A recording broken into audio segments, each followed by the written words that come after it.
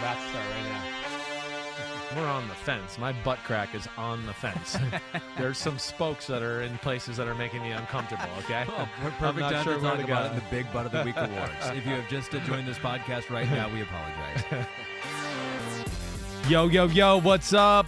Chris Simms, Ahmed Fareed, Monday, day after AFC NFC Championship game, and that's right, we will have lots of big butts in the Super Bowl between the Eagles and the Chiefs. Yeah. There's lots of big butts to go around on that one. Certainly. Some of the biggest in football. So it shouldn't be shocking that some of the biggest butts will be in the biggest game because it's important, as we've always said here.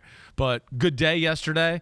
I mean, the first game was a little bit of a letdown. A little bit. The quarterback getting hurt. Nobody wants to see that on Championship Sunday. So that was a freaking big buzzkill. Not only as a football fan, as a friend. That's Kyle Shanahan. He's my buddy. So that kind of sucked right off the bat. Yeah. Either way, we'll unpack that game. We're going to do both games here today, of course, because, I mean, what do? We talk about all the games. All the games. We promise them all, Ahmed. It is our promise to the homies. It is. And, we're going to make you do extra talking because you sound like shit today. It doesn't sound that bad, does it? No. Man. But you got your hair. You got the hair trimmed a little. Yep. Johnny Actor here is going into full-fledged mode here. Doing like a swoop over here. All right. I like the swoop. No glasses today. And then, so because you got that, you said, I'm going to smoke 10 packs of cigarettes this weekend and sound like the most interesting man in the world? So or what? I traveled for the first time in a long time. I went to Miami. We had the Pegasus World Cup. Okay. Big horse racing event in January. Right. $3 million purse for the dirt race. Right. You were glued to the TV, right? All over it. Okay. Right. And so I don't know if it was the travel, and then they have a concert. One of the big COVID things is what you're telling me. yeah. Hey, we laugh, but maybe. Let's take a test and we'll find out for sure. And then I was while we were there, one of the big things is they have a concert every year. Like Snoop has been there, Nelly has been there. Right. They had Kygo and One Republic. Okay. And then a guest appearance on stage. Right. Joe Jonas. Whoa. Some big-time stuff there. So you were, fanboying it. I was fanboying it. Okay. It was like my voice was gone, and then the Joe Bro shows up, and it's like it is right now. Right. So, all right. I can get down to that. I can get down with that. I'm One Republic. I've hung out with Ryan Tedder before. Have you? I have. He's actually NFC Championship. He's friends with the Shanahan family through some other friends. So I've been able to meet him a few times through that. He's a great guy. Cool. Big fan of his music. All right, so we'll let you go with that one. That's all so right. You didn't drink and smoke or do anything? There was a little. You had a few drinks. Yeah, okay, good. And then you're wearing your Chiefs pants today. I got my patented pants. Yeah, That's we got great. A red team in the Super Bowl. Okay, cool. For me, every year you got to have one red team in the Super Bowl. Who did you pick for the game the other day? Who did you take? I took the Eagles. The Eagles. And then I picked the Bengals. You took the Bengals. Yeah. Okay, so I was right again. Good job. All right, way to go. Woohoo! Yeah, so it was your big dilemma. It was like, my do big I dilemma. go with my preseason pick, right, or do I switch it up and go with different teams? Yes, for this week. Yes, and so you ended up. I ended up going the Eagles. I did. I went with my brain. I took a lot of crap from friends, much to the chagrin of some of your best friends in this world. Right, my friends and the Shanahan family and they were all like, "What the hell?" And I was like, "Wait, I'm capable of picking one team and rooting for the other." Yeah, I was picked the Eagles to beat the Giants. I was rooting for the Giants. Yeah, you go. I picked against the Giants all year long. Exactly right. I was capable of rooting for them. But hey, let's get to it. I mean, the games were good. I'm really excited about the Super Bowl. I do think we got the two best teams in the Super Bowl overall. I'm glad you brought that up because I was thinking about that, and I'm prone to say that too. The two 1 seeds, right? And you don't always see that, and sometimes you see the 1 seed. I don't think we've had that in a while, right? Yeah, and they come out a little rusty. I think you could make the argument that the Bengals were just as good as the Chiefs. I get you there. Right? Like if the Bengals got in there, I don't know that it wouldn't have been the two best teams. No, I wouldn't have been like, oh man, that stinks. I think what would already worried me about the Bengals a little bit is like what we saw yesterday. Yeah. Hey, offensive line, kind of good against the Bills. Whoa, didn't look that very good against the Kansas City Chiefs. And then, of course, we know the Eagles are even a different animal altogether up front with their defensive line. So that would have worried me. But you're right. Either way, we were good. It was the 4 best teams. Yeah. Now, I didn't want to see the 49ers in the Super Bowl if it was going to be Josh Johnson or whatever. And I don't know what the status of Brock Purdy's injury is either way. But I think your point, what we're talking about is, we had the 4 best teams in this. And it's just unfortunate that injury happened. But let's start with the late game, the AFC Championship game. Because that was the game to hit on. I was just going to say one more thing. Yeah, before we get into this. Like, what would have happened if the 49ers would have gotten to the Super Bowl? Like, imagine a scenario where a player is signed for one game, and that one game is to start the Super Bowl. Well, it's what's crazy is, I mean, if they somehow pulled that off yesterday, Yeah. I mean, and again, if maybe his arm was such an issue, like you'd go, are they really going to go back to Jimmy Garoppolo for the Super Bowl? Right. I mean, I think that would have been a real option. I mean, he is starting to move around and do some of that type of stuff. So that would have been crazy in itself. That we're back to Jimmy Garoppolo in the Super Bowl against the Chiefs. That's crazy, but that didn't happen. We got Eagles-Chiefs, and, you know, two of the teams that I think a lot of us envisioned having a possibility here, you know, of being in this game really from the get-go of the season. There's too many qualities that are top-notch with both of these football teams, and that's why they're in the Super Bowl. Awesome game. Yeah. And there are many reasons why the Bengals lost. Yeah. And I think, you know, everyone feels bad. Most people feel bad. I mean, maybe there's some Bengals fans where out you there want to start with this? that don't give a crap. But, you know, Joseph Asai. Okay. The penalty at the end there. Yeah. That's the first thing on a rundown. I almost don't even want to start there because Joe Burrow threw 2 interceptions in this game. They had the ball with 2 minutes to go driving. Twice. They had the ball twice. Exactly. Yeah. Late in the game. Right. So Pete says, let's not start there. Yeah. We'll save the Joseph Asai. Yeah, we'll get into it. Bit. Let's go to chronological order then. Okay, let's do that. I mean, early on, it did look like the Chiefs playing at home, loud environment. Bengals can't block anyone. Right. Like, there was a point where I was like, this game's going to be just like the game we just watched. It's going to be 30-7 because Joe Burrow has no time, and the Chiefs are making just enough plays, 4th and 1 to Kelsey with a 14-yard touchdown. Did you get that sense early on in this game? You're like, oh crap, this might be another blowout. Well, I thought, ooh, wow, Kansas City was outplaying them early on. Yeah. Certainly had some of the momentum, right? It's 13-3. They get an interception from Joe Burrow, and you go, oh damn, they got the ball again here. Right. But the defense saved them. The defense saved them in the fact of holding the Chiefs to field goals those first 2 drives, and then there they up 13-3. Like could be like what you're talking about. The dam breaks moment here, where if they go down, hey, 16-3 would be tough, but 20-3, ooh man! And right? then they get an interception too, Jalen Watson. That right, great play there. That was and well, we'll get into that in a second. But like the young corners played well, but certainly that was a moment, where I'm going, like the Chiefs got to go, and can they capitalize here? But the Bengals hung around. Defense played really well, right? Kept them in the football game. And slowly but surely they started to figure out, how to block, put a few drives together, and make some plays that way. So, I'm with you. I did get that sense early on. Or I thought, ooh, wow, the Bengals better hold on here. This is getting dangerous. But, at the same time, there I was 2 quarters later going, damn, it seems like the Bengals are control and Kansas City's hanging on. Yeah. And that's the great thing about 2 good football teams like that. All right, so where do you think this game was won? So let's just go right there. Okay. Where was this game won? Well, I mean, obviously at the end of the game. Yeah. But like, what was the key to this game throughout? The key to the game, and this is something that we got to give credit for here. And again, it's just like, you know me, I don't always want to make it about the quarterback. Yeah. But the quarterback, he's like one of the most special things we ever seen in the history of football. That's where it's got to start. I mean, first off, we hit on it last week. I felt like people were a little going to try and too quickly to dethrone Patrick Mahomes, right, with Joe Burrow. And I love Joe Burrow, but I'm going to be like, he didn't win a Super Bowl yet, didn't win an MVP yet, didn't win a Super Bowl MVP yet. But we're going to dethrone the guy who's done all that and kind of just been sitting at the top of the mountain. But I don't know how you can't start the game or start this conversation off not talking about him. One, just what he did early on in the football game. Some of the plays he did make, how he looked, how he gutted it out. But then I think when you get into, all the injuries across the board and the fact that they were dropping like flies. Yeah. I mean, we were sitting there late second, third quarter going, what the 2 tight ends are in the game right now? It's 3rd down, it's 2nd down and long. And I mean, who the hell is he going to throw to? Whoa, this is a good Bengals defense. No Juju, no McCole Hardman. Oh, shit, no Kadarius Toney. I mean, so that's to me where I want to start. It's just the recognition of one of the greatest players we've seen in the history of football already. And the fact that he is going to his 3rd Super Bowl in his 5th year as a starter, right? And it was his 5th AFC Championship game, and he's yet to play a game in the playoffs on the road. Like, I just don't think we can minimize that. Or minimize, right? Yeah. That to me is where I feel like we have to start, and just his performance and everything about them revolves around him. We got Orion Chuzzlewit chiming in. All the top homies. All the top homies are in this one. At the end of the year. What up, Orion? He goes, damn okay, the Magic Man. Yeah. Can we have a one-legged Mahomes as a separate entry in your 2023 quarterback rankings? I might do that just for fun. I mean, we might as well. It became a thing. I mean, that play he made to Marquez Valdez-Scantling, the 19-yard touchdown. Yeah. Like, that's a great play with Mahomes 100%, right? If he's completely healthy. Definitely. Both touchdown passes. The Kelsey one, too. Yeah, right? Like the Kelsey one, the fourth down, so the magnitude of the moment. Yeah. And then also, like, this is where, we have these conversations a lot. This is where players come in handy. Like, the Bengals knew the play that was coming. They were all over it.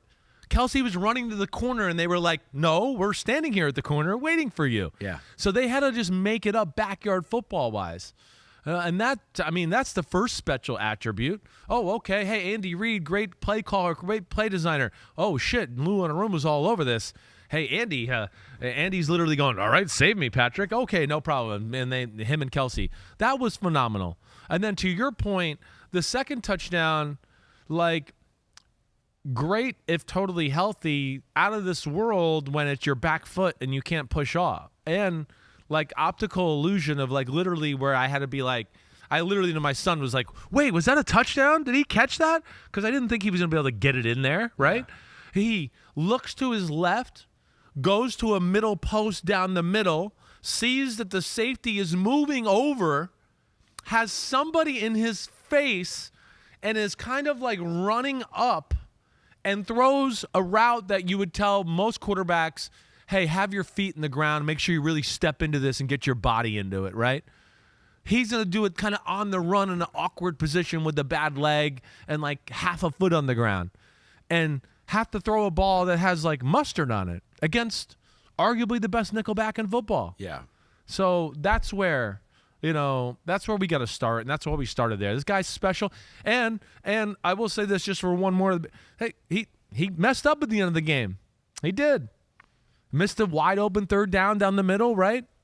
Had missed that one down the middle. Like, you're like, damn, Patrick Mahomes missing that, but I think his mechanics and his leg were messed up a little bit.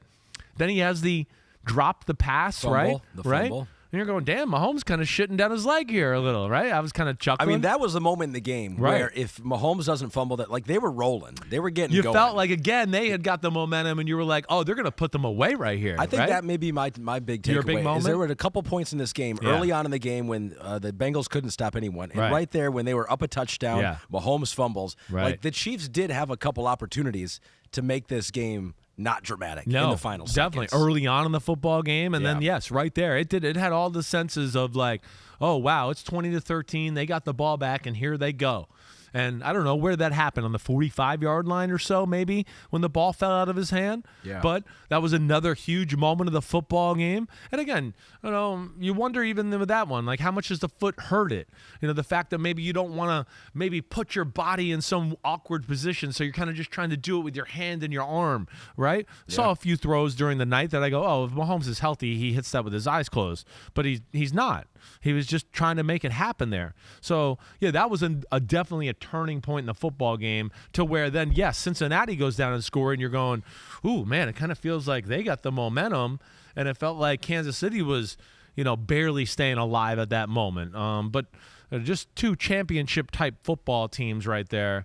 And I think ultimately what you saw is a team that, in a game that was close like this, that was a little bit more pissed off, chippy, personal, all of that. The Bengals have been the team that's kind of played on the, wait, we're the underdog, you, how dare you disrespect us, and all the stuff they said this week. And, hey, unfortunately, your mic during a game last week, and the mayor kind of turned the proverbial underdog story and everybody's, ooh, we don't think you can do it, on the Chiefs, to where they got to be the underdog chippy team in this. Sure. And it is one of the reasons I picked them, because I just went, man, these dudes ain't going to lose again to Cincinnati. So I don't want to discourage mayors in the future, or anyone for that matter, from trash talking. No. I love trash talk. Sure. It makes it way more interesting. And I feel like a lot of times the media reaction afterwards be like, you can't do that. You can't let that happen. You can't talk trash.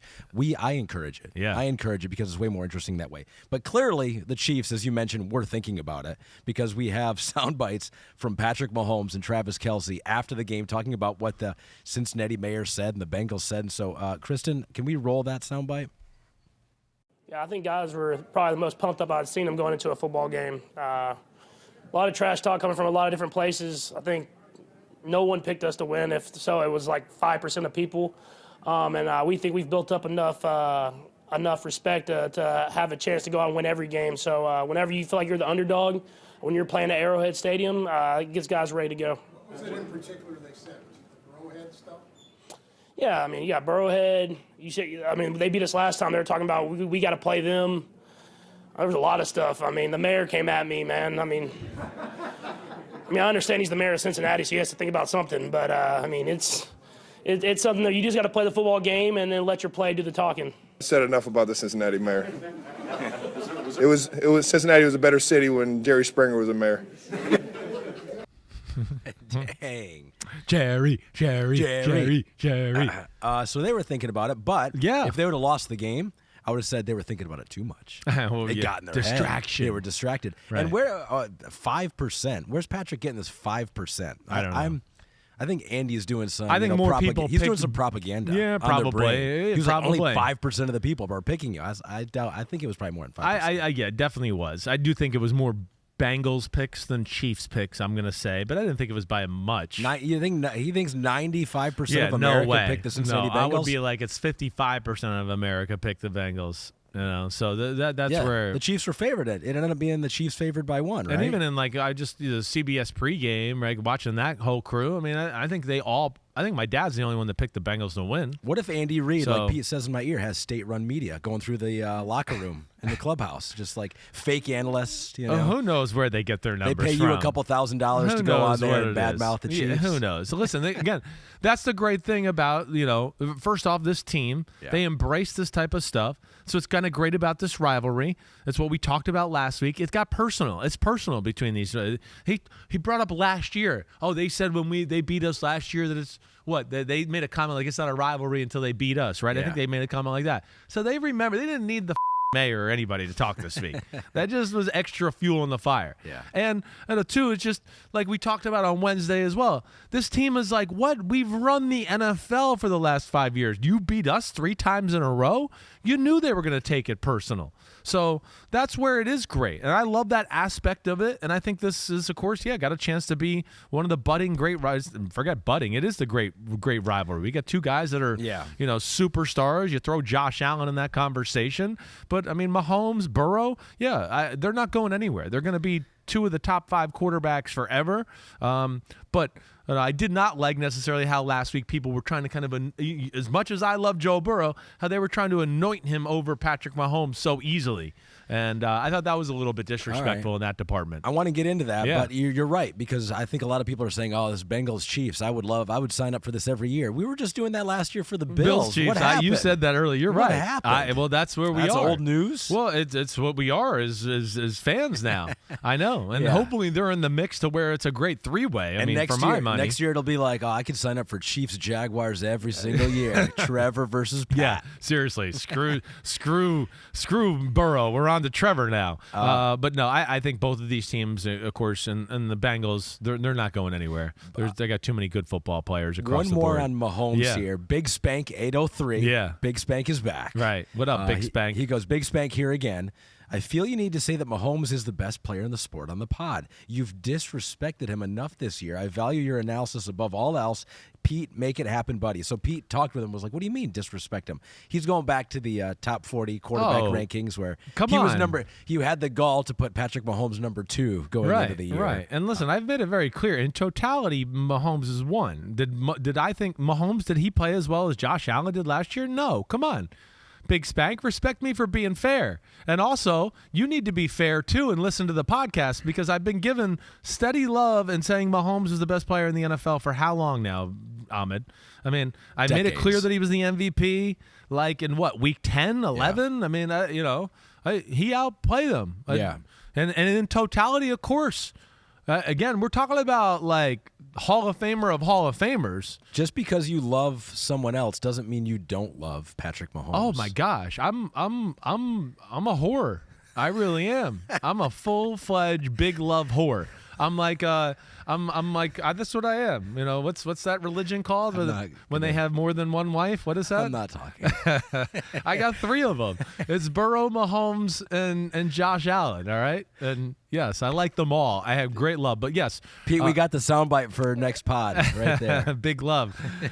Yeah. But yeah, it's just Big Spank. I hear you, and trust me, Mahomes is the man. Right now. Let's talk about the other quarterback then. You've talked about it a couple times here. And Right. on that drive where after Patrick fumbled, Burrow made the jump ball, the chase. He put his receivers in situations where they could make some great plays. Sure, right. The chase jump ball on 4th down, the T. Higgins jump, kind of a perfect back shoulder, kind of 50-50 ball. Yeah. But he also had 2 interceptions in the game. How would you assess Joe Burrow in this game? Yeah, it was good. It wasn't great. It wasn't the best of Joe Burrow, but again, I think a lot of that was also the team and some of the situation around it.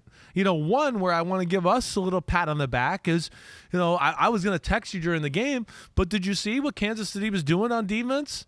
I mean, Kansas City was doing what we talked about, right? Yeah. They stopped, whether it was all-out blitz or we're just going to play cover 2. How many replays did you go, damn, they're doubling this guy, or they got 2 guys at the line of scrimmage and people are dropping out, right? Yep. They kind of did that throughout the game. I think that caught Cincinnati by surprise a little bit. I think Cincinnati was like, wait, they're going to do something exotic like almost every play here? And so, the first thing I think if you're going to be fair, and you kind of said it, was he was under duress. He does not have great pass protection, and we saw the difference between the Chiefs studs up front compared to the Bills studs up front. It's a whole different class. Now, if you go by just percentage of dropbacks pressured, he was pressured 30% of dropbacks at Buffalo, 36 at the Chiefs. So, I mean, it was a lot early. Right. It did seem like he had a little more time as the game progressed. Yeah, it did. It did. And then until the very end. But yeah, they definitely hit a rhythm there or whatever where, again, when it was 13-3 and they started to get going, where you went, ooh, he's got enough time to hit a 10-yard out or a 15-yard out and do that. And, of course, when people are open that way, he's phenomenal. He never blinks, even when he makes mistakes. I think that's the cool thing about it, too. But, yeah, they fell into the trouble, a little bit of lack of run game, having to throw the ball all the time. And then, therefore, the Chiefs, they got to be creative on the back end, and then slowly but surely, too many of those opportunities, Chris Jones and company were going to show up. And that's what they did and made the plays when they had to. And even in that, too, felt like they, did some of the matchup things we talked about where they had the big corner on T. Higgins and they tried to match up across that way. But I thought all in all that, the Chiefs on the defensive side of the ball never let Cincinnati get in a rhythm. Yeah. And they were changing it up consistently, let alone playing well, zone, man, little creativity sprinkled in there. It was, I think, the right approach that helped them get the victory. It was tough. And, of course, I'm not as good at diagnosing things as you or Joe Burrow. But there were times where I'm like, all right, I think that the Chiefs are bringing 4. It's like, oh, no, it is 5 again. Yeah. It was like, oh, they're blitzing that guy. And it's like, oh, it is 5 again. Yeah. It was like, it did seem like there were times where it's like, oh, this is they going went to be aggressive. 4. And they went aggressive. Yeah. They went with the shit or get off the pot mentality because I think they realized as we kind of discussed and we've discussed with Cincinnati that if you're just gonna we're gonna play zone coverages, he's just gonna pick you apart. You got to do some things to make him think, make the offensive line think, create some mismatches for your offensive line that way, and then therefore lets your DBs kind of play aggressive as well to where they don't always feel like, oh man, I got to cover these guys forever before we finally get there. I thought there was that was a positive thing, especially on the defensive side of the ball. The other thing I'll say, even on the offensive side of the ball, it stunk that they all lost the receivers, but a few shots down the field, I think they need more of that, but we saw that again. That was something we talked about, remember, and even our social media thing. The Bengals played some coverages where you go, no, they're trying to stop the 5 and 8 yard throw. I thought that was big that they found Valdez-Scantling down the field for some aggressive throws and change field position a few times. Luke Buck 18, damn okay. Marquez Valdez-Scantling had some big catches to move the chains and the touchdown. Second 100-yard game as a Chief. What a time to do it. Yeah, it's big game Marquez. Moment. He's replacing Gabe Davis now as that receiver in the playoffs. All right, let's get to the end of the game here. Yeah, let's do it. And because we want to talk about the penalty, but I also so Bengals have the ball. Yeah. After the Chiefs decided to punt, which I think was a little questionable. I was like 4th and 8, 35-yard line. It was Bucker. I hear you. I know Harrison Bucker's got a big leg, but they seemed throughout the night, both teams, where there was like, and just listening to what Nance and Romo were saying, I do think it was cold. It was very cold, obviously, low 20s. Ball doesn't fly the same. I mean, I was thinking you got Patrick Mahomes 4th and 8. I mean, maybe that's a little too far. But you are at the 35-yard line. How many more yards did you get? Now they got it down to the 7 on the punt, so it did help them 20-plus yards. Right. I know. I mean, all things were on the table there. Yeah. You know me. I was in favor of what they did. Sure. And especially in a moment where, hey, I know it's Mahomes, but they'd been in a little bit of an offensive stalemate there for a while, to where they hadn't done anything. Yeah. Right? And he had faith in his defense that they would get it done. I think, again, this is what's different about Kansas City. This is what's they're to me the most complete team they've had in the Mahomes era. And Mahomes is amazing for 3.5 quarters here. Amazing what he did with that cast of characters on one leg. Yeah. It was absolutely amazing. He didn't carry them through in the end, but that's okay. He's carried their ass through the finish line a whole bunch. It's okay for them to kind of return the favor every now and then, and they returned the favor this night with the defense. And Andy, I think, doing the right thing with punting them and pinning them back in there. You mentioned complete team, and there is a different scenario where maybe they're not able to assemble this complete team. Field Yates over at ESPN had a good tweet after the game. He goes, that was an impactful day for the Chiefs draft class. You have Trent McDuffie with 6 tackles, couple pass defenses. No doubt. Karlaftis had a sack. Right. You had Sky Moore, 3 catches, that key punt return at the end of the game. Big punt return. You had Brian Cook, 4 tackles, a pass breakup. That's right. Joshua Williams, Jalen Watson, both interceptions. Interceptions, right. You have Isaiah Pacheco, the 7th rounder with 85 total. I mean, they're probably not, I don't know. Maybe this is going too far. I know they have Patrick Mahomes and Kelsey and great offensive line. Yeah. If they don't hit like that in the draft, are they winning this game? I don't know. I mean, that's a lot of key pieces to this team. It's insane. I think it goes into, again, why we were talking about they were so simple maybe in Week 13. Because you just named 3 rookie defenders that are crucial in their attack, right? Yeah. So, yes, it's the greatness of the Chiefs. They didn't F all them picks and trade them away to just get big free agents. They're doing it with like, hey, we get a free agent every now and then. We're not afraid to trade away a star player. We're not going to be held hostage and have to pay more money. We got, like you kind of said, we got a good core of stars. We got Kelsey, we got Mahomes, we got Chris Jones, we got our Orlando Brown, our Joe Tooney, and then they trust their ability to draft, and they're good at it. Just like the team they're playing in the Super Bowl. I think that's what's cool. They kind of built their teams in some similar fashion there. But yeah, that was exactly right. Impressive. And that's why we sit here and go, are they going to be here for the next 5 years in the AFC Championship game? Probably. Right? I mean, that's how you kind of feel. Like, you kind of feel like, okay, the Chiefs are going to be here and the Bengals will be one of 2 or 3 teams that'll be there to play them. But it's a great thing they have there as far as the talent on the field in Kansas City. But the Bengals had the ball with 2:30 left. Tie game from their own 7. They had a 3rd and 16. They got it with a 23-yard catch. Deep out route. Is it going to happen? Are they going to get in field goal range? I thought the game was over right there. I'm not going to lie. You thought they were going to drive down and score. When he hit the deep out route to that Hayden Hurst, right? And Romo broke it down the right way. It looked like I think it was one of the rookie. It might have been Williams. It might have been 23 on that one. He's playing cover 2. He's got to see the inside guy and come off and be there for it. He made that mistake. I just went, oh, man. Because I'm also thinking, end of the game, the pass rush is going to start to get tired here. Mm-hmm. It's how much can they keep doing this, right? So he's going to have enough time to hit another in cut or something versus zone. It's funny. It's just I'm with my son who loves Joe Burrow, loves Josh Allen, but nobody compares to, Patrick Mahomes. It doesn't matter who it is, even our family friend Kyle Shanahan. It doesn't matter. And he just, it's over.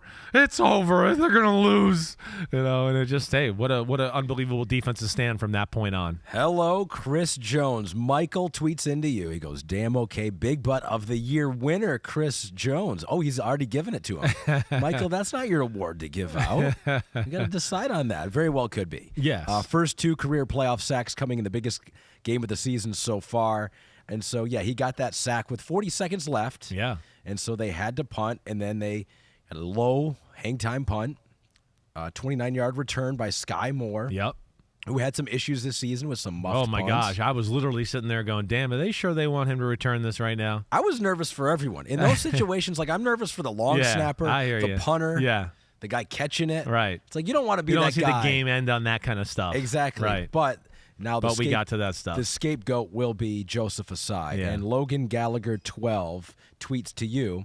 He goes, support Joseph Asai. Fans don't understand the hurt they feel doesn't amount to a single % of how Asai feels. Athletes who play at a high level understand one play doesn't define you either way, but in the moment, that's going to be hard on Asai, who played a great game. And so he was the man, if you don't know who it was exactly. They got the late hit out of bounds on Patrick Mahomes that made a 60-yard field goal attempt, perhaps, with 8 seconds left. They probably would have tried to run another play near the sideline to get out of bounds, but it went to a 45-yard field goal attempt for Harrison Butker, who made it a mistake. Asai. I mean, that's a mistake that was made at the worst possible time.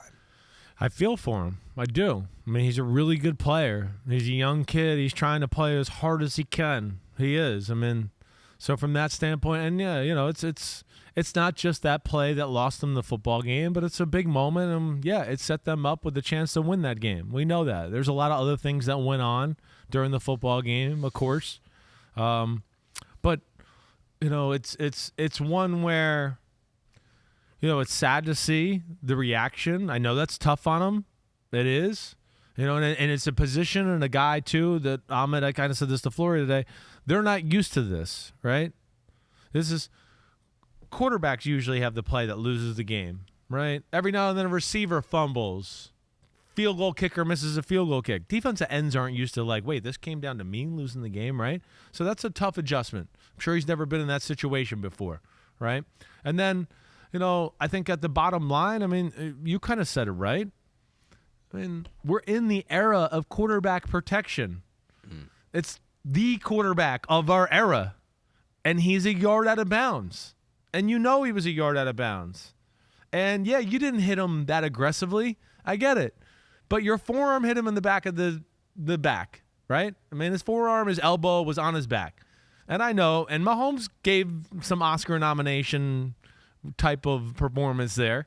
He kind of threw his arms up and he gave into it. But I'm not mad at Mahomes. Don't hate the player, hate the game. And you do have to either get down or slow down fairly quickly. I mean, their bodies over there. You saw Asai, Holy right? cow! He almost got hurt. I mean, he almost got hurt because he ran into someone who was standing up right by the bench, right? And so, I mean, that's the reason why. Well, it's just at some point, and you got to come to that point where you see him going out of bounds, right? You have a defender upfield there. He's on an angle where you go, okay, he's not going upfield anymore. There's nowhere he can go. And you just got to pull off. And, okay, that's it.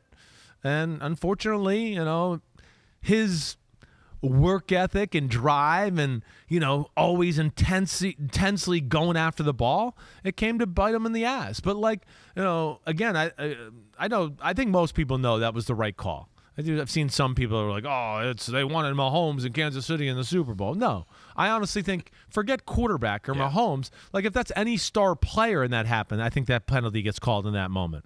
We're in the era of player safety.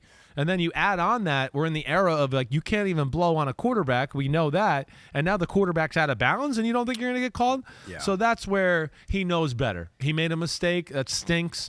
But I don't think, he can really do anything other than look himself in the mirror and try to get better. There were a few weird plays at the end of that game. Oh, well, the clock stop, the do-over play. And they all kind of went slightly against the Bengals at the end of the game. They got no breaks. Yes. They got none of those 50-50. No, they did not.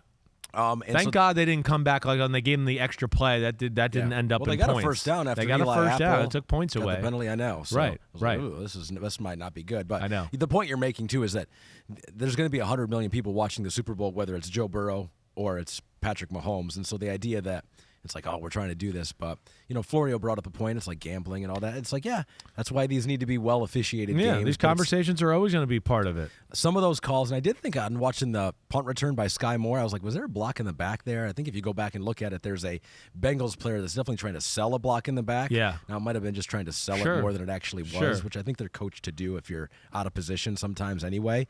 But Rick Kennedy tweets you and says, maybe the late hit was technically correct, but you have to agree it was a soft call, right? Also, they didn't call holding on the Chiefs on the same very scramble. Yeah. Doesn't seem right. So you've already addressed the late It's hit. a soft call. I get you there. Oh, yeah. It is. I mean, but it is what it is. I mean, come on.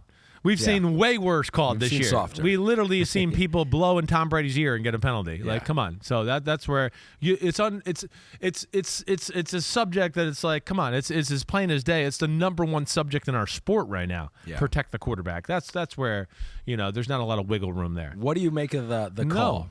No. Who are the people involved They're here? trying It to was say Orlando Brown held Brown. Trey Hendrickson, who, here's my first thing to know, it wasn't holding, okay? Right? And then everybody, like even, Florio brought this up today, is Donovan Smith. Donovan Smith was literally like attempted manslaughter and like literally putting people in headlocks and bear hugs, and like it was egregious. This was all done right here within the pads. Trey Hendrickson didn't think it was holding. No point did he ever look at the ref and turn around. Nothing. He did not. He You're didn't. right. No point. It was. I did not look at that and go, oh, that was anything like some of the calls we've discussed this year on last drives where it was holding. Again, is he like this and he's struggling? Okay, yeah, but his hands are in here, and to me that was every play blocking by a left tackle right there. Jeff Schwartz, former what's he got to NFL say? offensive lineman. You haven't seen this yet. No, I'm not. He goes, you could There we not go. ask Brown to have his hands in Yeah, better position. right. The defender dips to avoid the chip. Brown is bigger and stronger. He locks him up. Exactly. Again, but what people got to realize is holding in the NFL is allowed, like within, again, the confines of between the shoulders, the numbers, and all that. The referees aren't going to call that, and that's where his hands were.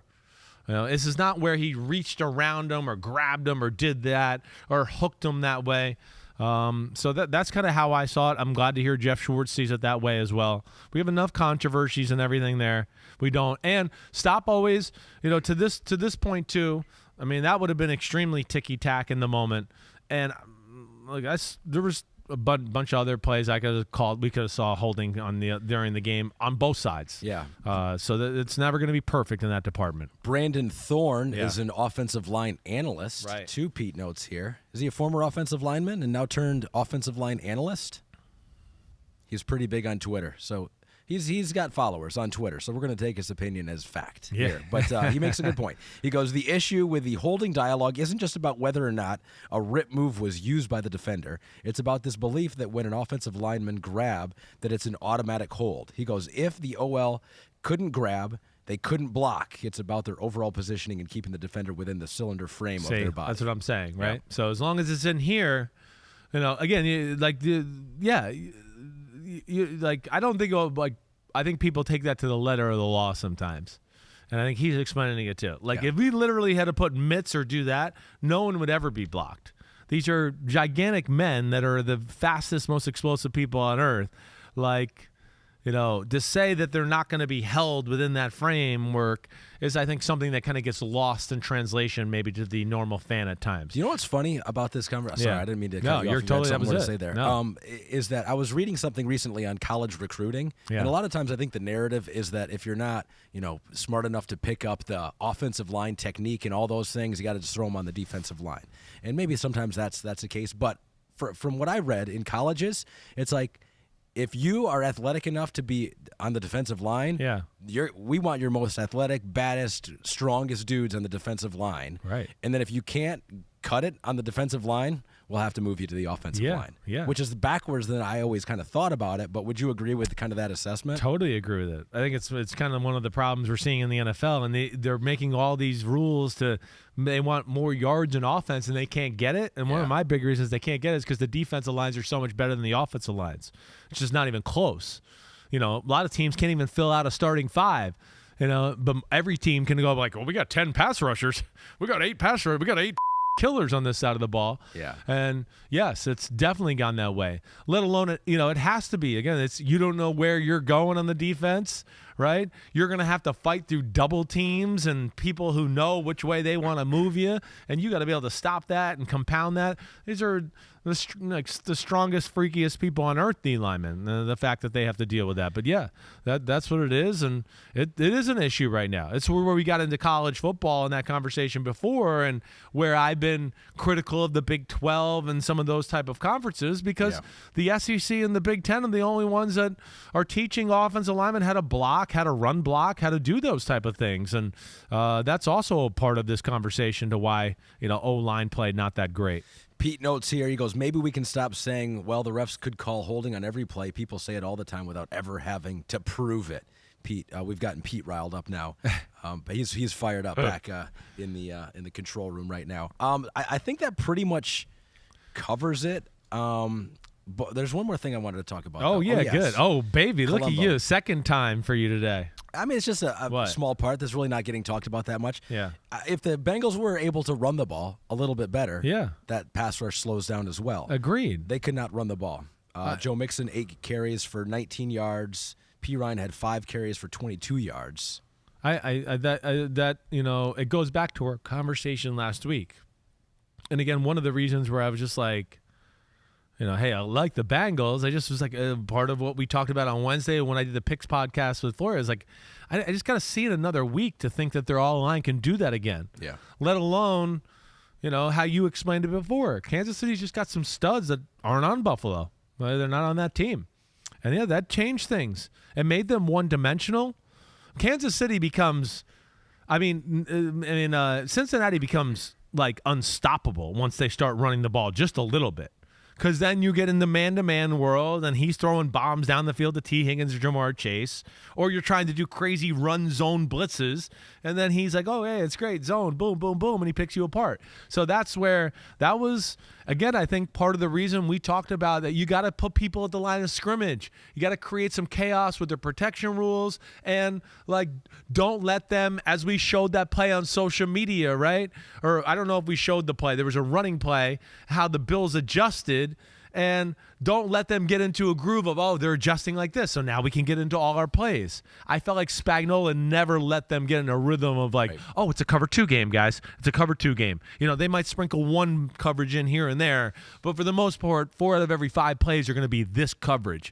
And Spags was like, no. And you're not going to get into, oh, this is the perfect run for this defense, or these are the best plays for that. And I thought he kept them on edge throughout the night. Bengals set up for the future, though. Oh, much my gosh. Much like the Chiefs. They're not going anywhere, these two teams. That's what's amazing. They got to fix the offensive line. Yes, they do. Which they probably were on pace to do that by the end of the year, and then they got some injuries. I think if their offensive lines doesn't get hurt, they're in the Super Bowl right now. That would be my assessment. As I said a few weeks ago, in totality, I think they're probably they're the most complete team in the AFC. And if they have that O-line yesterday, I have a hard time thinking Chris Jones is going to do what he does, and I have a hard time thinking their run game wouldn't be a little bit better. Yeah. But those are the breaks. That's business in the NFL. It's unfortunate, and they'll be back next year. I got another hypothetical for you. What? If Brock Purdy would have played the entire game, would the San Francisco 49ers be in the Super Bowl? Probably not. I don't know if I will say that, but the game would have been a whole lot closer and more fun to watch. Let me start with this. Yes. As the Eagles down the 49ers 31-7. Let me start with BL Biss, who goes, Chris, let's run it back. Damn okay. Hassan Reddick, 2 sacks, tackle for a loss, forced fumble, fumble recovery, game wrecker. Ahmed, might be time to name it the Hassan Reddick Big Butt of the Year Award. Love the pod. Great work this season. Fly, Eagles, fly. All the homies trying to take over the award. I know. Seriously, they all want a piece of your butt. I'm glad they care so much. Yes, they do. But let me say this. Let me just start out with this. Like, that did wreck the game, right? It was like Purdy got hurt, Josh Johnson, then he leaves with a concussion. But that's also what the Eagles have done all year, right? That was part of what they are. They get to the quarterback. They got to the quarterback. And they hurt you. Exactly. Yeah. So it's not like, oh, if this hadn't happened, well, yeah, but that's also why they've been so dominant this year. Right. Like, if the 85 Bears didn't knock out those quarterbacks, they probably wouldn't have been in the Super Bowl. Yeah. Well, they did, and that's what they did on the regular basis. Yep.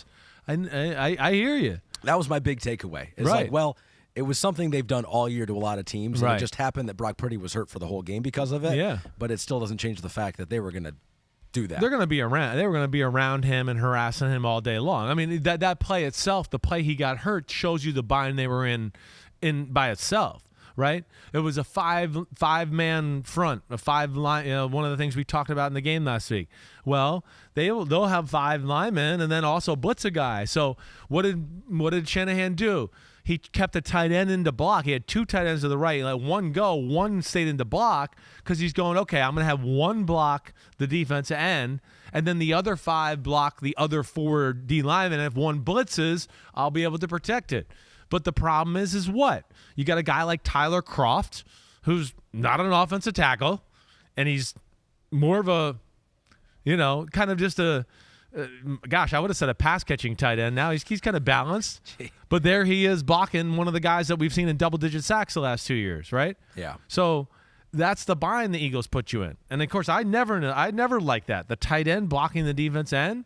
But when you play defenses like that every now and then, it's like what we just talked about with, like, the Chiefs on defense. You got to take some calculated risk and go, okay, wait, I want to push the ball down the field, but I want to protect against this blitz and blah, blah, blah. All right, I think my tight end can hold up for, 2-3 seconds, which, he holds up to a degree, but the ball's got to come out. But this is a long developing play, and Purdy looks like he's looking downfield to maybe throw the corner route to Ayuk. I couldn't quite tell who he was looking at here, but by the time he gears up to let it go, here comes Hassan Riddick. And, yeah, that's one of those, again, where you got a lot of problems you're worried about on a defense, and you're on the chalkboard and you go, okay, this guy blocks him, and you just need one of your assistants to stand up and go, yeah, but that guy's really awesome, and that guy we got blocking him is a pass-catching tight end, right? But it's just the problems a great defense puts on an offense. Credit to Linval Joseph for getting on the ball there because it was originally called incomplete. Great job. The Eagles challenged it. It was reversed. We'll get to another challenge here in a second that was not challenged earlier in the game. Coach Grav, though, says to you, I know what the Eagles' score ended up being, but it felt like the 49ers had a chance with Purdy early on. What do you think? How do you think this game would have gone? I agree with Coach Grav. Well, I think the thing that just jumped out to me is their defense was going to be okay. As you saw, even without Purdy in the game. Yep. I mean, they weren't. This wasn't going to be like, oh man, Philly's going to have all the answers. They're going to do whatever they want to do. Do you buy the fact that people say, once Purdy went out, then the Eagles knew they didn't have to do a whole bunch, and so that's why the offense didn't. I don't doubt that they maybe played it a little bit more conservatively. I don't. I doubt it a little bit. Yeah, I don't think it's a much though. I don't think people. It's like, oh, well, we don't want to do that play, that good play. We're going to cross it out. Right. Oh, that other good play, cross it out. Because it's not like you think you're going to be a turnover machine or something like this. No. Do what you do, and you do what you do. Exactly right. The only way it might change is like, oh, it's 3rd and 13. All right, let's not drop back and hold the ball for 5 seconds. Maybe we'll just throw a screen or run a draw play here. Yeah. But on 1st and 2nd down, no, it's not changing. They're not going, hey, you know what? I was going to call that wide open throw down the middle, but since it's not Brock Purdy, let's run it up the middle for like 1 or 2. Yeah. You know what I mean? That's where people go down those themes sometimes, and I'm like, listen, yes and no. Like we're seeing the final score too, and being like, "Oh, this game was in hand," but it wasn't. It was for most work. Of the year. It was work for the Philadelphia defense. Let alone offense. Excuse me. Let alone, yes, if there was some sustained drives by the 49ers offense and putting pressure on the situation and giving the 49ers some defense, some momentum, and then, we got a field goal here, or, here we go. Our offense has got it rolling. Let's go deep. That never really happened in the football game. But, yeah, even from the first drive on the touchdown. I mean, 3rd and 6 or 3rd and 8, free blitzer right up the middle, right? Hurts kind of falling away, throws the ball. A.J. Brown goes and gets a shoestring catch, right? Good job by Hurts and A.J. making that happen. Okay, but you're going, woo, man, they barely got that off.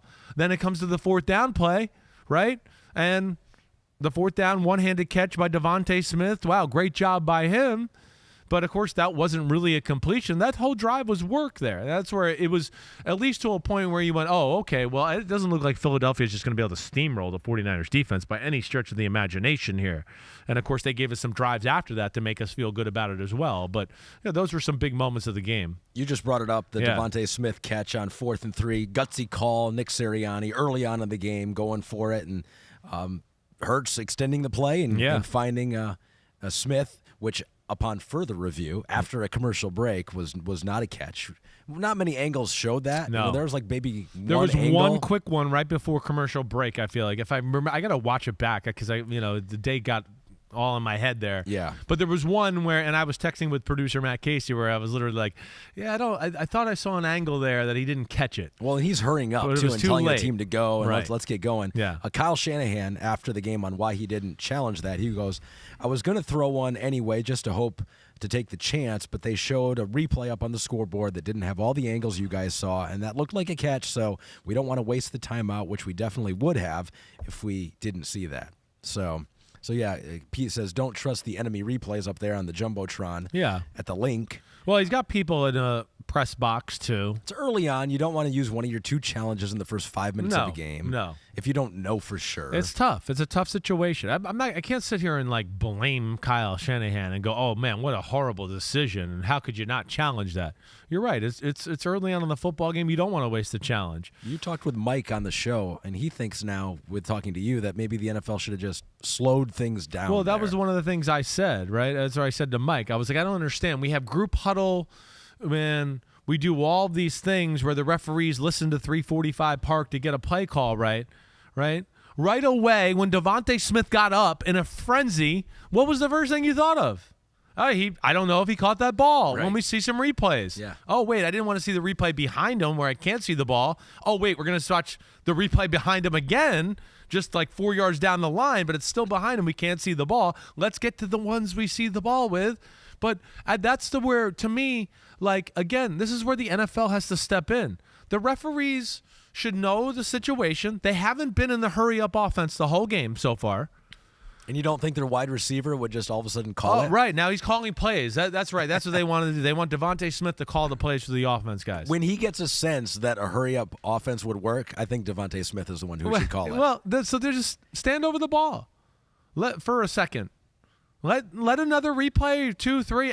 Let's let everybody get this right. Get a clear shot at it. Why are we trying to cheat the game in a way? The example I used in Pro Football Talk today was because the Australian Open was, oh, that ball was out of bounds. Hurry up, I'm going to serve it because I don't want them to see that I hit that ball out of bounds. Yeah. Oh, that was actually, a foul ball. Right? Oh, well, hurry up, pitch it. They think it's a home run. I mean, it's the only thing. It's the only sport in the world that goes on in. So that's where come on, help it out. And then the other thing I'll just say too is just coaches at times I do think it's the first quarter. Burn your fucking timeout. Burn your timeout. This is not gold. It's the first quarter. First half timeouts. You get 3 in the first, 3 in the second. So what? And so even to that, too, I'd go, hey, your team, let them get a big breath here so they can make a goal line stand here inside the 10 and not let them score a touchdown. Because I kind of felt like they were overwhelmed by, hey, 4th down, 3rd down, it's a long drive, the emotions in the NFC Championship game, we can go to the Super Bowl. That'd be the only thing I would say. But for people to just sit there and go, how could Shanahan not throw in the challenge flag? Come on. Yeah. I mean, that's a huge decision right there. If they call timeout there, and then they challenge it, do they lose another timeout? If they were wrong, but you would call the timeout and you go, you'd have to make sure you saw something to see if it's right. Yeah.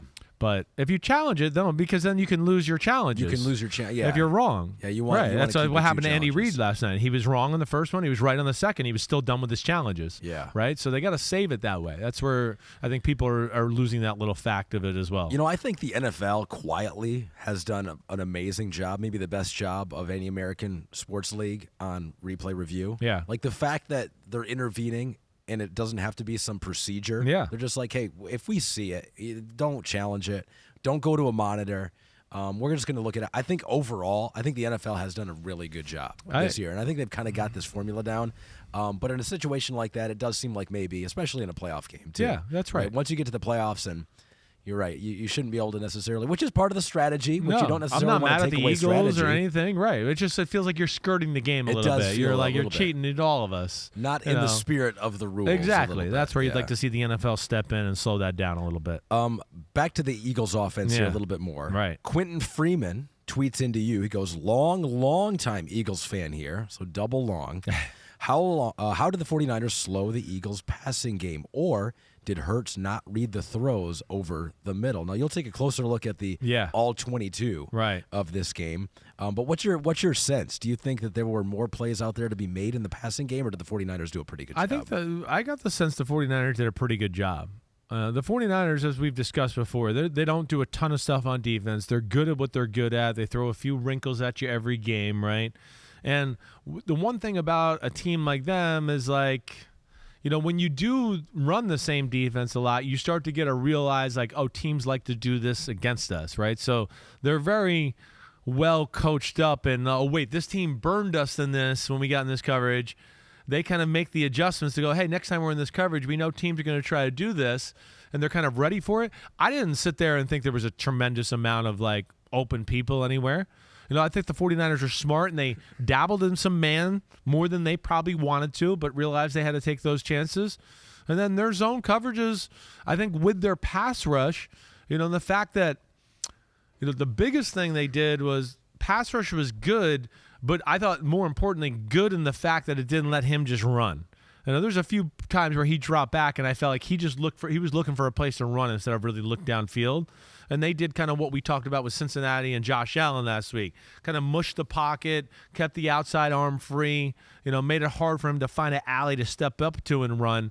But yeah, I got the sense where we talked about in the game last week, and I don't know this until I go back and watch the film. But remember I was talking about, like, the Eagles got to run the ball, get the 49ers out of these zones a little bit, right? Because they're going to play this, like, hey, the safety he's a two-deep safety, but he's really ready to come up and fill in the run gap. Or Jimmy Ward, a nickelback, right? Hey, I'm kind of covering the slot receiver, but I'm really ready to help out with the run game. They never really got them out of those defenses. They never really got the run game going to where 49ers are like, shit, we got to get cover 3. We got to get another guy down there. We got to play man and put another guy in the box. Or we got to start run game blitzing.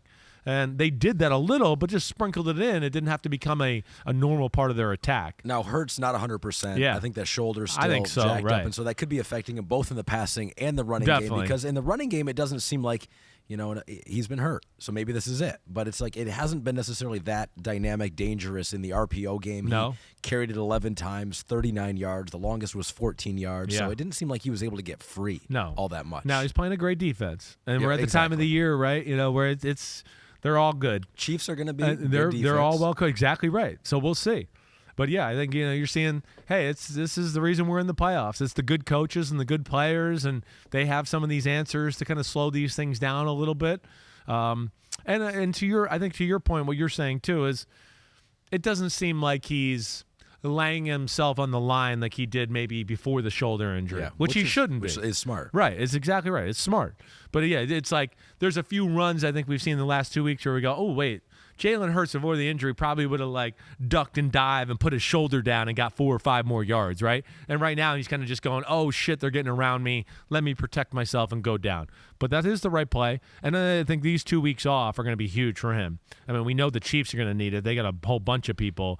But I would think you get to see Jalen Hurts' shoulder get really close to 100%, and go from there. But I am interested to the question, just exactly what the 49ers are doing on that side of the ball and kind of their attack, and I'll let you know that on Wednesday. I don't want to let this recap go by without giving love to Christian McCaffrey on the 23-yard touchdown run, right? Where he is just like jumping over, running through unblocked Philadelphia Eagles for the 23-yard touchdown. That was awesome, and we're going to forget about that play because they got blown out, but that was one of the best. That might be the run of the playoffs. Is there a better run in the playoffs than that Christian McCaffrey 23-yard touchdown run? That's where you need players, right? It goes back to our player conversation.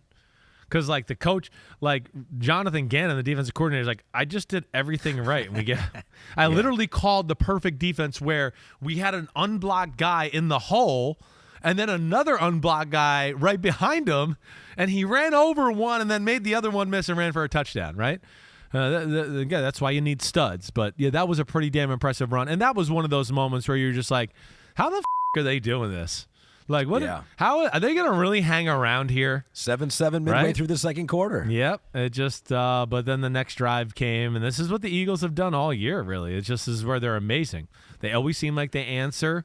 It wasn't even necessarily that pretty, but they kind of just slowly bludgeoned their way down the field. They did. And you felt like they kind of controlled it from that point on. They got some help from the 49ers, too. There are some crucial penalties on that next drive. That's right. But here's the Christian McCaffrey. This is the dot version of him, which is, it's actually even better. It's the dot's even more impressive than Christian McCaffrey. So you can just see. So it's like, okay, 22 jumped over him, 2, boom, put a shoulder, 23, put a shoulder into you, 97 stop dead. Yeah. Hey, these are just like we talked about in the AFC. And we'll see. The 49ers quarterback situation should be interesting. And, of course, the injury to Purdy is going to be interesting. Okay, yeah. Oh, do we have a poll on that? It will be. But, like, just like we talked about with the other two teams, guess what about these two teams? What? They're not going anywhere. I mean, these are, like, it's like, I wouldn't be shocked if we were sitting here next year going, hey, the Chiefs and Bengals and the 49ers and Eagles are playing again, championship weekend. Like, I would not be shocked at all. There's just so many damn good players. So who's the quarterback going to be for the 49ers? Right. Mike, put a poll out there. I know. Who do you think will be the 49ers starting quarterback week 1 of 2023? The votes are in. Brock Purdy won. So we don't know about this elbow injury. I know. If it's similar to a baseball pitcher, right, that's a 12-month thing. Definitely. Maybe not as long for a quarterback, but I would imagine. No, it's about the same. So that would be the entire year. Yeah. So he would be out done for the year. Yeah. But we don't know that. Maybe it's not that severe. Right. 40% of the vote going to Brock Purdy being the starter for week 1 for the 49ers next year. Trey Lance, second choice, 32%. Jimmy Garoppolo, 4%. And then you got the wild card, Tom Brady at 22%. Chris Simms, you have to vote right now on January 30th. Where does your vote go? I said, like, on Florio asking today, I said Trey Lance. I don't know. The elbow thing is going to be real, like you're talking about. If there's a real injury there, then that's going to hurt his chances, no matter how he played or whatever. Like we had the discussion with Brady last week.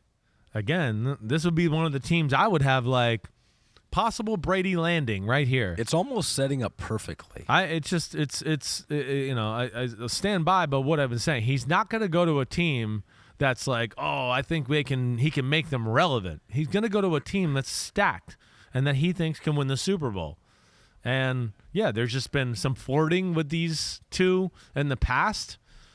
Hometown team. We know he, 2020 wanted to go there. Brady, I still think it's suspicious that Shanahan wasn't at the Combine last year. As I've said to Florio brought it up today. He didn't go to the Combine, and guess who was out in San Francisco that week? Brady. Same week they hired Brian Griese as the quarterback coach, too. So I don't know. It's just like, yeah, I'm not going to put that out of the realm of possibility. But I don't even know what to think with the Lance and Purdy thing. It's what's crazy. I don't know. Assume Purdy is healthy enough to play. All right, if Brady is this is probably where I need to change my conversation. I guess, yes. If Brady is out of this mix, Jimmy Garoppolo is definitely going to be out of the mix. I guess if he's not hurt, Brock Purdy, then OTAs, he's going to get the first-team reps. He will be the starting quarterback, so I should change my answer. Yeah, you think with him, first-team reps, with what he did this year, it would be hard for him to lose that job. I would think so, yes. It's going to take game messing up for him to lose it. I can't imagine that the formula will become too complicated in OTAs or training camp where we're like, oh, Brock Purdy he's melting under the pressure. And training camp practice number 7, he can't handle it, right? I don't think that's going to happen. The 2 first-round picks traded for Trey Lance at this point are a sunk cost. That's where it just gets like, that's where I go, I don't know, because, there's a lot of politics and it's a sunk optics cost. that look in that Trey Lance situation. But you have cover now. I mean, fans aren't going to get on you. You're right. You they're not going to get on Brock Purdy. No, they're not. In fact, I almost feel like it'd be the opposite now, right? With at least the way we've been attacked on social media over the last few weeks. Yeah, it's true. Well, we can get attacked for any number of ways, so I wouldn't put that as the arbiter of truth. It's going to be fascinating. Do you think Tom Brady, what you saw from him this year, wasn't great?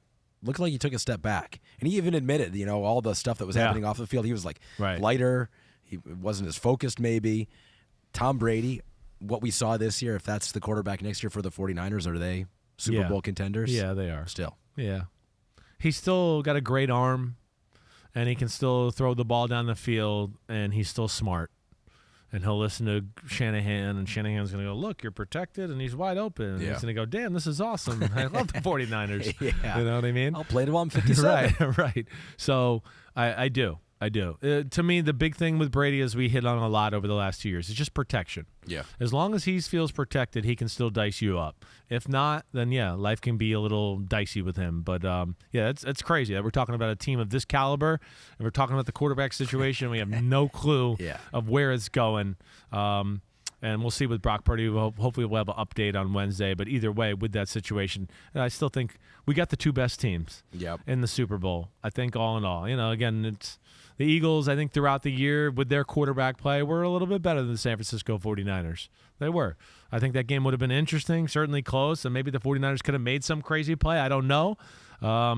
But I'm excited about the matchup we got. The Andy Reid Bowl, the Kelsey Bowl, whatever you want to talk about. There's a lot of awesome little storylines with this one. You know who was excited? Who's that? For the Eagles winning it? Right. The Empire State Building in New York City. What is going on? I wasn't aware of this until you guys showed it on the show earlier this morning. I know. So Empire State Building tweeting this out. It says, "Fly, Eagles, fly. We're going green and white in honor of the Eagles' NFC Championship victory." I was like, what? I never knew this with the championship games. Are we sure that they've done this for years? They've been saying it. I don't know. I like to see some evidence as well. The Super Bowl, I do feel like I remember that. I remember seeing teams win the Super Bowl and the Empire State Building being that color. I don't know. When the Eagles, I guess the Eagles didn't win it that long ago. We should go back and look. I know, that's what I mean. I got no problem with it. To me, we're New York's like it's the capital of the world. Yeah. We're very confident in our teams here. Yeah. Right? I know. Yeah, or the Jets. That's why they had to do this especially, because they were like, man, we've never used the green and white lights, so we got to get that up there. Right. But I don't know. I have no problem with the Empire State Building paying homage to some teams outside of the New York area, and it's a big day for American sports, and we're the capital of the world.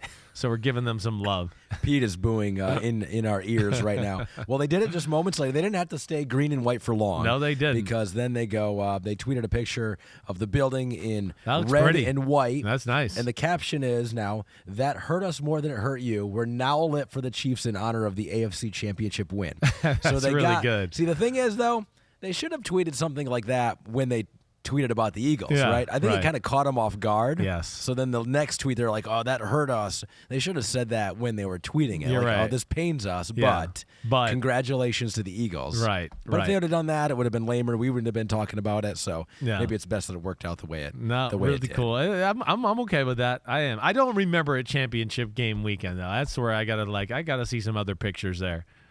Confirmed they did it for the Eagles Super Bowl. Yeah, I remember the Super Bowls. The Super Bowls, I don't doubt. And people were mad back then, Pete says. Yep. So we've been mad for We're a long above time. that. We're above that now. We're above that in New York We've City. evolved. As you like to say, we've evolved as humans. We have evolved as Pete humans. says he's not. No, well, he's from Long Island. Any other? I know, He's he from hates when I Queens. said that. He's from Queens. He's from Queens. Queens. It's on the same island. Anything else here that I wanted to see? The next-gen stat of the game. The Eagles finished with a quarterback pressure rate of 61.9%, the highest in an Eagles game in the next-gen stats era dating back to 2016. It goes to the point that we started this with. Yeah. That's what they do. They're going to get to Brock Purdy at some point. It just happened that he got hurt. And then when you got nothing to fear, you just can attack. Yeah, that's true. And what's this? I mean, Josh Johnson doesn't fumble the snap, right? That's another moment where you just go, that would have led them to hang around a little longer. Yeah. I mean, a perfect snap right at his waist, drops it, they get the ball. That was it. That was like, all right, that's the game. See you later. That was unfortunate, too, because I even think without that moment, our viewing pleasure might get extended just a little longer. Their defense might let them hang in there a little longer. But damn, they were just getting comfortable on the bench, and all of a sudden they're like, "Hey, get out there!" Oh, damn, you're giving them the ball here. Yeah, and that was kind of the game right there, and that was all she wrote. Yep. All right, so we think we hit it all. You think we got it all? I think definitely. All right, we say goodbye to 2 more teams. Do we have that music? Do we have that in here somewhere, Pete? Do we? We got a couple of poems. Don't worry, we can do the BetMGM parlay preview first if you want to do that. Okay, we're gonna say goodbye to the teams. Please. And I got help from Rob Taglia again, one of our homies. Right. Tweeted us for the 49ers, and I go, I like doing half the work, and so I'm going to use his right here for the San Francisco 49ers in this voice. Is that going to be better or worse? It's going to be better. It sounds like you've been crying and mourning, like you've been stuck in a room and like you're stressed and you've been smoking a bunch of cigarettes. Do I just keep this voice? I can't believe they lost. Do I just keep it? Oh yeah, here we go. Here lie the San Francisco 49ers. All right. Somehow without Jimmy or Lance, Shanahan snagged a seat at the dance. This quarterback room's got an elephant. His name is Mr. Irrelevant. And next year, he deserves a fair chance. That's pretty good. This guy's good. That's well done. This guy's coming for your day job. That was before the injury, though. So I hope he's fine. Yeah. And if he is fine, he definitely deserves a fair chance. Yes, he does. And try to beat out Tom Brady in camp. And finally, we got the Cincinnati Bengals.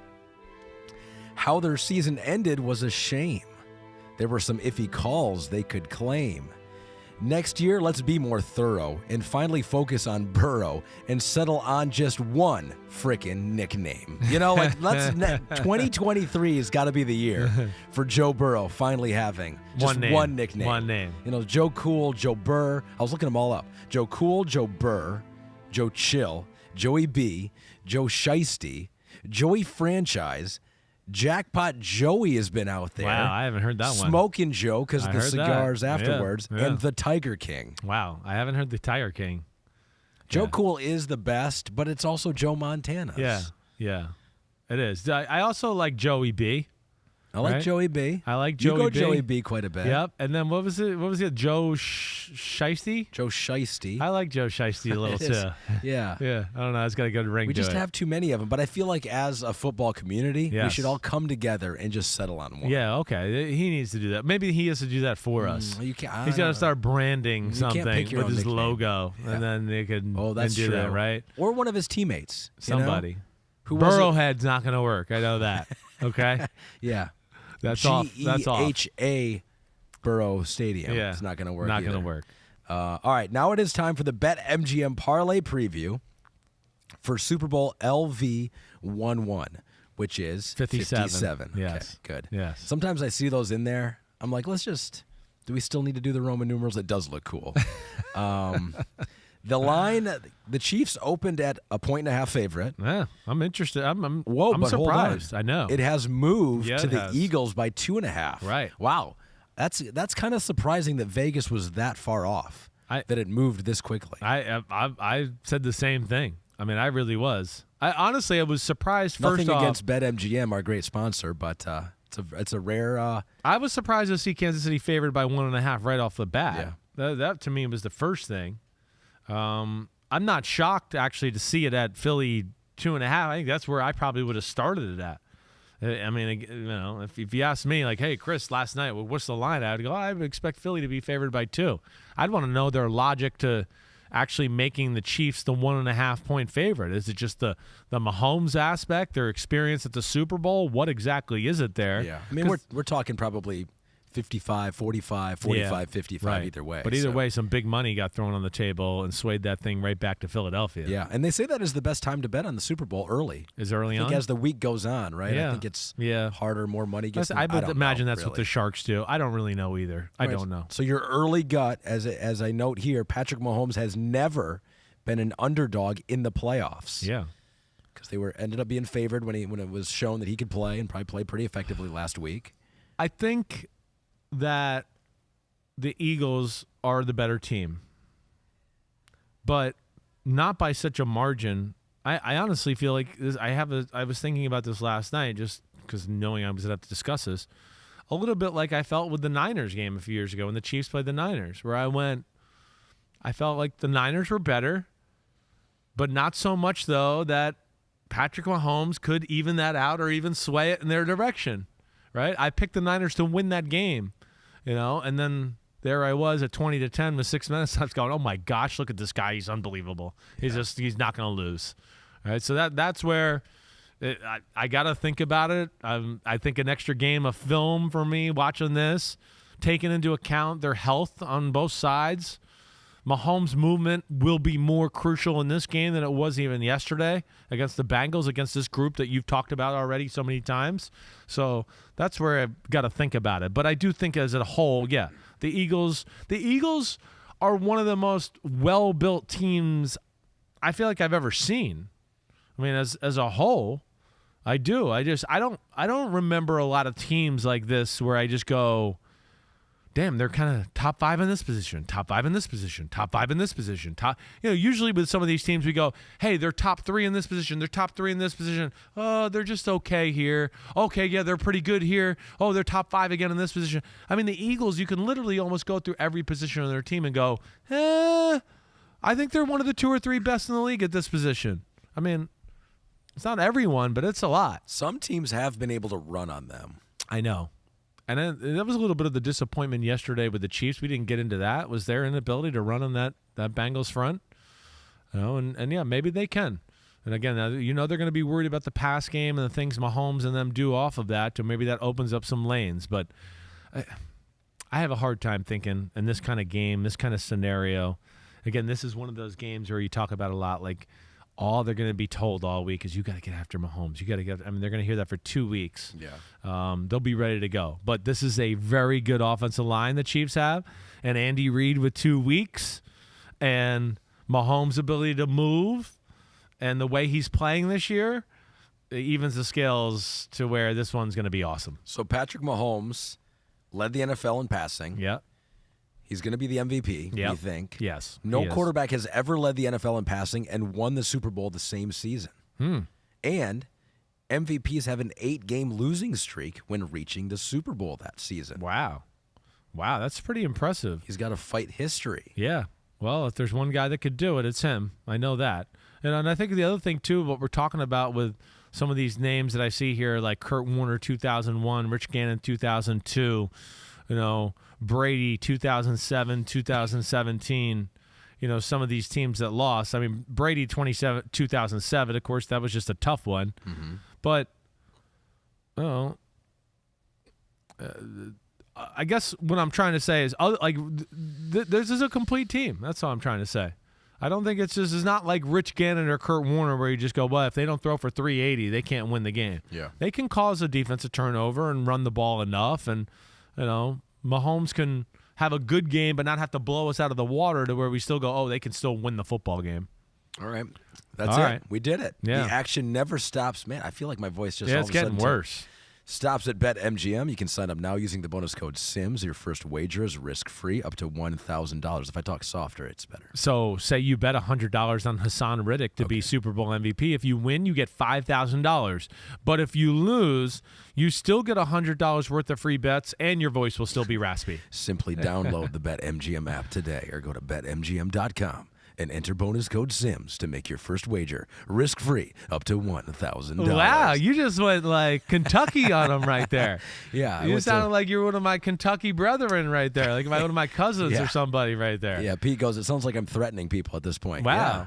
That Maybe was a nice twist. I'm going to go with this works. voice now. It works, I'm going to do this voice. Yeah. It's like a movie voice. Give me something to say. It is kind of a movie voice. Let me use this while I got it. You sound What like you're else? part of Elvis's band or something. In a world. In a world. It actually is. Yeah. I've got the movie voiceover voice right you now. are. Right, way to go. All right, keep working on that. Come back to us on Wednesday, all right? Tell us how it's going. Deal. All right? Wednesday, we'll be back. What the heck? We're going to break down these games. We'll give a little preview of what's going to happen in the Super Bowl. We got a different few weeks coming up here just because there's no game this week. Next week, we'll be in Arizona leading up to the game the whole week, doing PFT, do a few podcasts out there. So Wednesday, we will do our normal thing. Yeah. Where we're going to It'll break be part down game. one. It'll be an early what will happen. Yeah, a little early what will happen, kind of just at least a little initial look into the matchup, and we'll dive back into these games, and hopefully I can give you some more answers or concrete answers on what happened. Hope everybody enjoyed the games yesterday. They were awesome. Super Bowl 57 should be awesome. Eagles-Chiefs, the Andy Reid, the Kelsey Bowl. Going to be great. Ahmed, thanks for coming to work today. We Yeah. appreciate it. Way to fight for this bad voice. I'm Way good. to go. I just Way to lost go. my voice and have COVID. He played in Arrowhead last night. He was the starting quarterback for the Cincinnati Bengals. That's right. That's Ahmed Free. Yeah. Subscribe, rate, review, clap it up.